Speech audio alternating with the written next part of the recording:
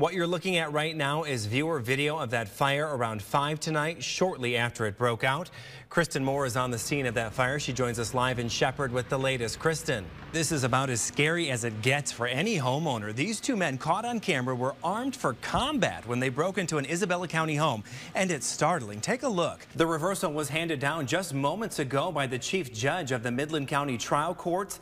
The 75th District Court in Midland had stopped performing wedding ceremonies for all couples just days after the U.S. Supreme Court legalized same-sex marriage nationwide. Mander Keller, WNEM, TV5 News at 10 on My 5. Drew, what are both of the school districts saying about this? Well, both school districts are acknowledging it. All right, we want to get you an update now on that breaking news. That shooting in Flint Township. It happened in the parking lot just outside the Toys R Us on South Linden Road. Police tell our crew at the scene that an argument started inside and carried out into the parking lot. One person was shot, but the injuries are not life-threatening. Officers say they are looking for at least 3 suspects. I was shocked when I looked at my phone and found images, memes, and videos from my younger brother as far back as June in our message thread. Everything we've shared with each other since that time is tucked away in a hidden folder. And I'm David Custer in downtown Flint, where the race for mayor is the talk of the town tonight. The votes are in and the results are being tallied right now. Pastor Vandeman tells me this sign was the best investment the church has ever made. The outreaches span the entire world. It cost $11,000 in 1970, but it'll cost hundreds of thousands of dollars to repair it. You could not have asked for a better day to be out here at the drive-in. There are hundreds of cars out here just like this 1972 yellow Cutlass Supreme. The owners have had it for about 4 years. They're from Columbiaville, Tom and Sandy Gleason Camp. They love this car. They love going out to cruises just like everybody else that's here. History was made in the city of Flint tonight, and I'm joined by the new mayor of the city of Flint, Dr. Karen Weaver. How does it feel tonight? It feels really good.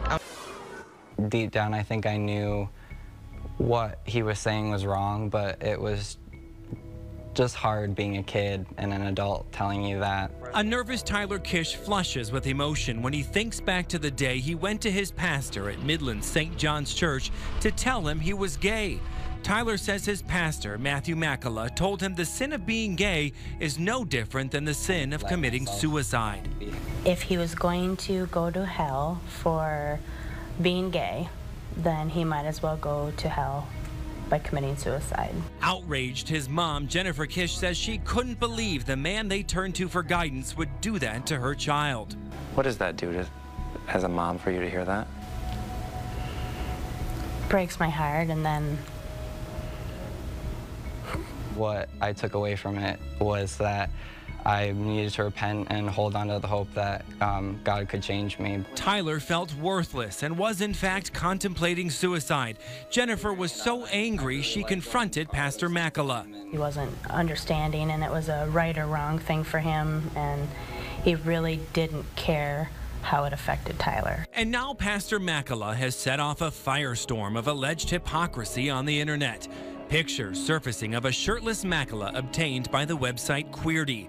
They claim to be from a conversation on the gay app Grindr of Makala soliciting sex with another man. The website claims Makala confirmed to them that he was indeed the one on the Grindr app, and so what followed?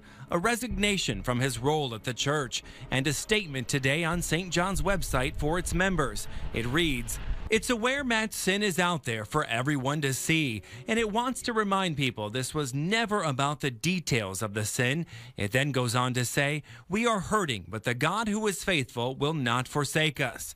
But for Tyler, he can't help but feel his pastor turned his back on him.